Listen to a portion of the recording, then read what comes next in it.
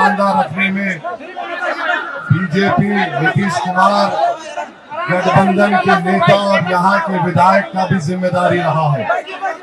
हम आपको बता रहे हैं कि देश में नरेंद्र मोदी की सरकार ने वक्फ के नाम पर एक काला कानून बनाया। आप जानते हैं उस कानून के जरिए मोदी मस्जिदों को, दरगाहों और खानकाहों और कब्रिस्तानों को छीनने का कानून बनाया गया।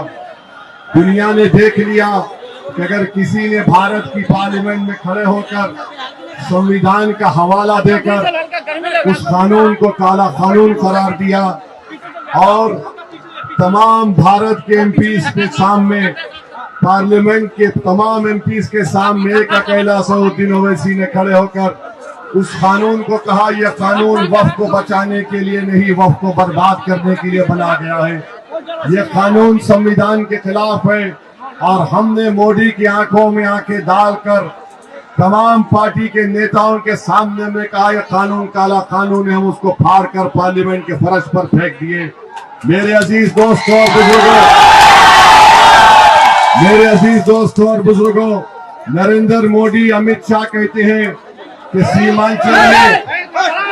सीमांचल में घुसपैठियां हैं। हम आपसे पूछना चाहते हैं कि क्या यहाँ पर कोई बांग्लादेशी, नेपाली है अरारिया डिस्ट्रिक्ट में? तो फिर कैसे बीजेपी सीमांचल के जनता की तौहीन करती है? और फिर बीजेपी का एक मंत्री, भाई कुर्सियों को समझ करिए, आराम से बैठिए, 10 मिनट का टाइम दीजिए हमको। और बीजेपी का एक मंत्री कहता है कि बिहार के मुसलमान नमक हराम है और वो कहता है कि मुसलमान हमको वोट नहीं देते। हम उस मंत्री को और मोदी को बता रहे हैं, इस देश को अगर किसी ने आजाद किया, हिंदू मुसलमान दलित ने मिलकर किया। अंग्रेजों को लात मारकर भगाने का काम किसी ने किया तो हमारे बुजुर्गों ने किया।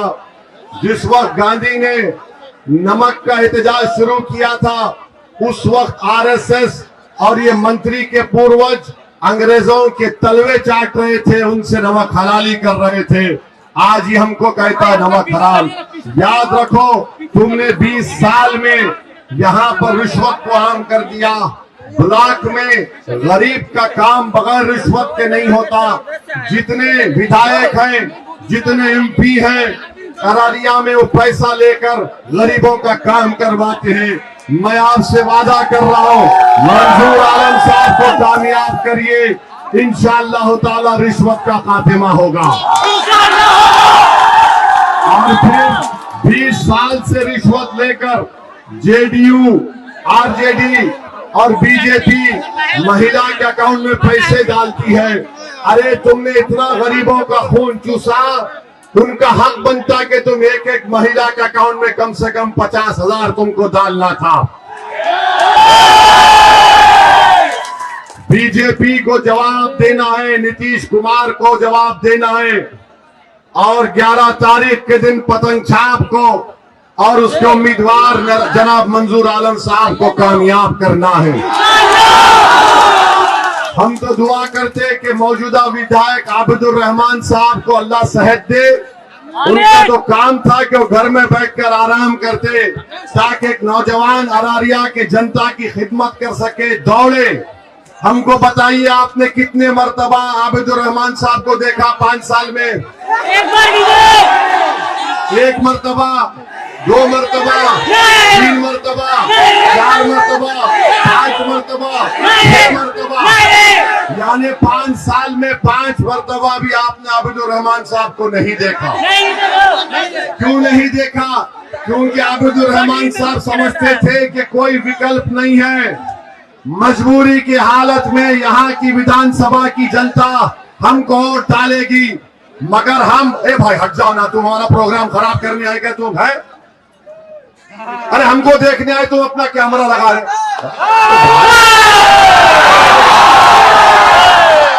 तो आबिदुर रहमान साहब ये समझ रहे थे कि विकल्प नहीं था।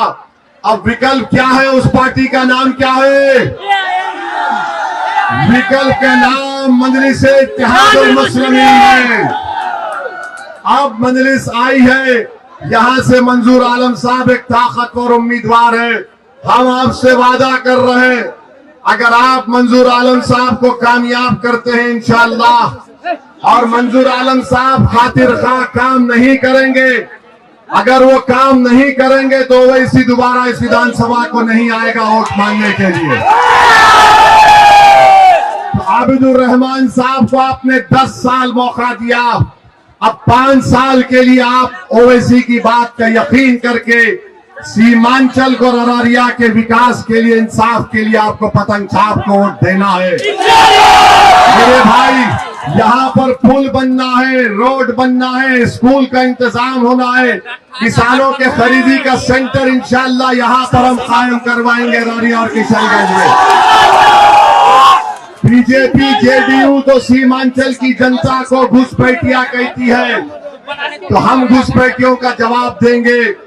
एक कांग्रेस के नेता है जो हमारे बारे में बहुत कुछ आजकल बोल रहे हैं, उनको बेचारों को घर में मोहब्बत नहीं मिल रही तो हमसे मोहब्बत कर रहे हैं। उन्होंने कहा कि ओवैसी मेरे अंगना में तुम्हारा क्या काम है? तुम्हारे बाप का अंगना है सीमांचल? अरे सुन, जब हमारे सबके अब्बा बाबा आदम जब जन्नत से दुनिया में कदम रखे तो वो भारत में कदम रखे, ये हमारे अब्बा की जमीन है, हमारे अंगना में।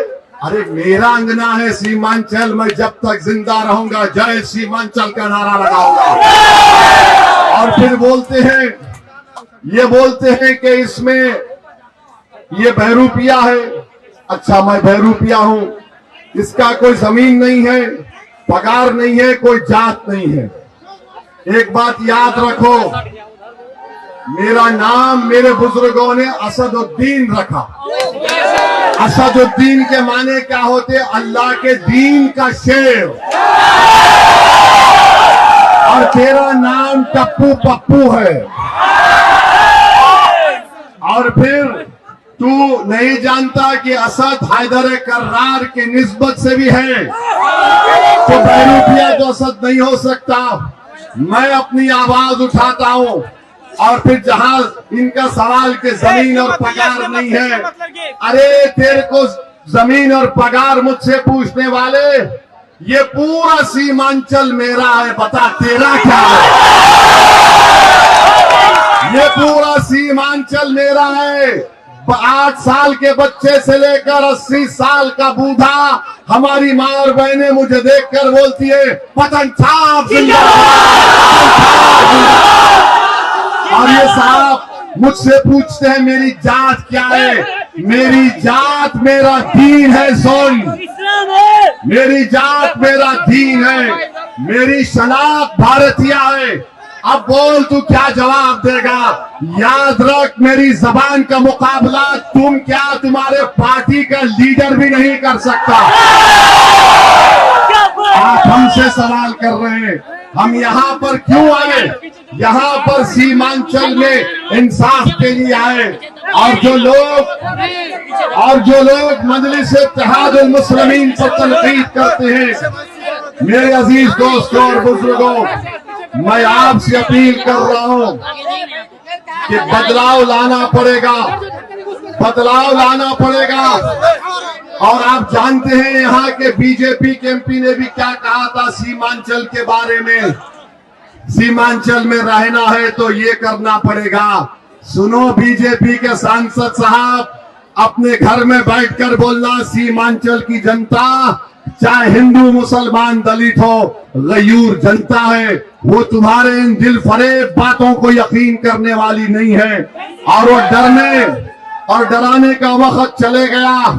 मैं बताता हूं, यहां पर बीजेपी को आपने देख लिया, जेडीयू को देख लिया, अब आपके सामने मजलिस है। गठबंधन से हम कहना चाहते हैं कि बताओ आपने 17% अल्पसंख्यक समाज से क्या इंसाफ किया? 17% अल्पसंख्यक समाज से क्या इंसाफ किया? कुछ नहीं किया। जो 14% यादव हैं उनको 36% टिकट दिया। जो हमको गाली देते हैं, जो हमको बहरूपिया हमारी जात पूछते हैं, अरे 1960 से 2020 तक जितने बिहार में विधानसभा के चुनाव हुए, तुमको मालूम कितने मुसलमान विधायक हुए? सिर्फ 8%। 1960 से 2020 तक। तो जो हमसे हमारी जात पूछ रहे हैं, बताओ तुमने कितनों को कामयाब किया? अगर बैकवर्ड क्लास को लेंगे तो उनके करीब 40% कामयाब हुए। अगर फॉरवर्ड क्लास को लेंगे तो उनके करीब 40% के कामयाब हुए। आज आप मजलिस पर उंगली उठाते हैं। मेरे भाई, मजलिस से दुश्मनी इसीलिए है कि हर समाज और हर समुदाय की सियासी लीडरशिप हो सकती है, मगर अगर किसी की नहीं हो सकती, वो आपकी लीडरशिप नहीं हो सकती है। क्यों? क्योंकि वो चाहते हैं कि हम इनकी गुलामी करें। वो चाहते हैं कि हम इनके नेताओं के आगे दरी को बिछाएं। मजलिस ये कह रही है कि दरी हम नहीं बिछाएंगे, तुम बिछाओगे। नेता हम बन के दिखाएंगे तुमको। तो ये लड़ाई नेता बनने की है। हमारे जाने के बाद कोई आकर शैतान का एजेंट बोलेगा, अरे वो आबिदुर रहमान भी तो एक ही दीन का है, ये मंजूर आलम भी तो एक दीन का है। आबिदुर रहमान और मंजूर आलम में एक फर्क है। क्या है? आबिदुर रहमान अपनी जबान नहीं खोल सकता जब तक कि उसके सियासी पार्टी के आका उसको हुक्म नहीं देते। आबिदुर रहमान की जबान है, मगर उनको गूंगा बनाकर रख दिया गया है। क्या तुम भूल गए जब ट्रिपल तलाक कानून पार्लियामेंट में आया तो मौलाना जिसका इंतकाल हो गया, अल्लाह उनको जन्नत नसीब करे, उस मौलाना ने कहा कि मेरी पार्टी ने मुझे बोलने का मौका नहीं दिया था, याद है? ये मंजूर आलम होगा तो इनको इस शर्त पर टिकट दे रहे हैं। आपके दरमियान में खड़े होकर बोल रहा हूं, जब ये पटना जाएंगे तो पटना में बैठे हुए तमाम लोग जो गूंगे अंधे बहरे हो चुके हैं, उनको बताएंगे अरारिया के इंसाफ और यहाँ की तकालीफ को। मैं इसकी गारंटी ले रहा हूं। आप 11 तारीख को पतंग छाप कोर्ट देंगे, आप अपने इत्तेहाद को मजबूत करेंगे, आप सीमांचल की इंसाफ में मजलिस को कामयाब करेंगे, आप सीमांचल से इंसाफ कराएंगे, आप सीमांचल के नौजवान को अच्छा मुस्तकबिल दिलाएंगे, आप बच्चियों के तालीम का इंतजाम कराएंगे, आप पुल को तामीर करवाएंगे, आप बंद का काम करवाएंगे। तो मंजूर आलम को 11 तारीख को पतंग छाप पर बटन दबाना पड़ेगा। जब सुबह में जाएंगे 11 तारीख को तो कलमे की उंगली उठाना